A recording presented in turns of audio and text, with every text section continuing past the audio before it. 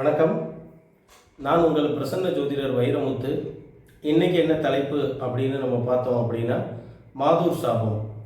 பொதுவாக இந்த மாதுர் சாபம் எதிலிருந்து வரும் அப்படின்னா, தாயார் வழி உறவுகளிலிருந்து வரக்கூடியது.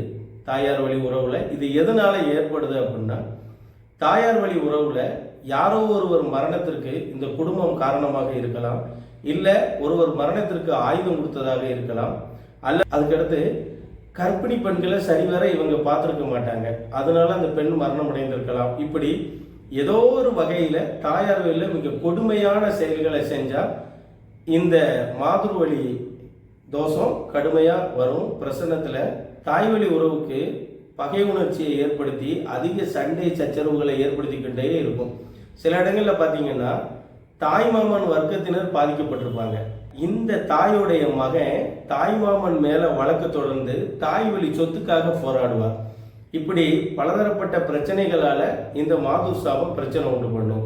வேற என்ன செய்யும் அப்படின்னு கேட்டிங்கன்னா, இந்த தாயார் வழி உறவுகளில் அதிக மனநலம் பாதிக்கப்பட்டவர்கள் இருப்பார்கள்.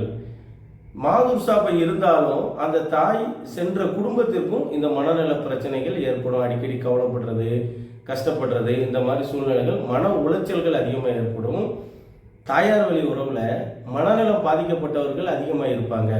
அதே பாதிப்பு நம்ம குடும்பத்துக்கு இருக்கும். அதாவது அந்த தாய் வழி அந்த பரம்பரையில் இருந்த அந்த மாதுர் சாபம் நம்ம குடும்பத்தில் வந்ததுனால அதிக மனநலம் பாதிக்கப்படுவது மட்டும் இல்லாமல், இந்த மாதுர் சாபம் அதிகப்படுத்தும் பொழுது தேவையற்ற மன உளைச்சலுக்கு ஆளாகி அப்படியே உட்காந்துருவாங்க.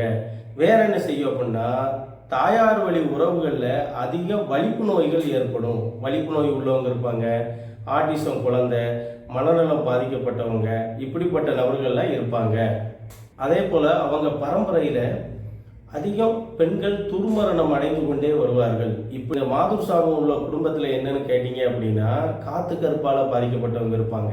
காத்து கருப்புனா திடீர்னு பேய் பிசாசு அப்படின்னு சொல்லி பாதிக்கப்பட்ட நபர்களும் இருப்பாங்க.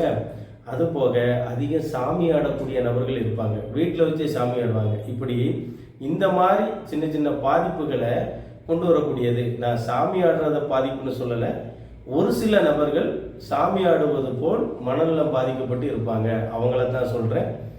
இப்படி ஏகப்பட்ட தொந்தரவுகள் இருந்து கொண்டே இருக்கும். அதே சார், இதுக்கு பரிகாரம் என்ன அப்படின்னா, மாதுர் வழி குலதெய்வத்தை வணங்குவது சிறப்பு. அம்மா வீட்டு குலதெய்வத்தில் போய் மாவிளக்கு எடுத்து வழிபாடு செய்வது சிறப்பு. இதை நிரந்தரமாக நீக்க முடியுமா அப்படின்னா, சோழி பிரசன்னம் பார்த்து அந்த பிரசன்னத்தில் வரக்கூடிய பரிகாரத்தை செய்தால் நிரந்தரமாக நீக்க முடியும். மீண்டும் உங்களை அடுத்த சந்திப்பில் சந்திக்கிறேன். உங்கள் பிரசன்ன ஜோதிடர் வைரமுத்து.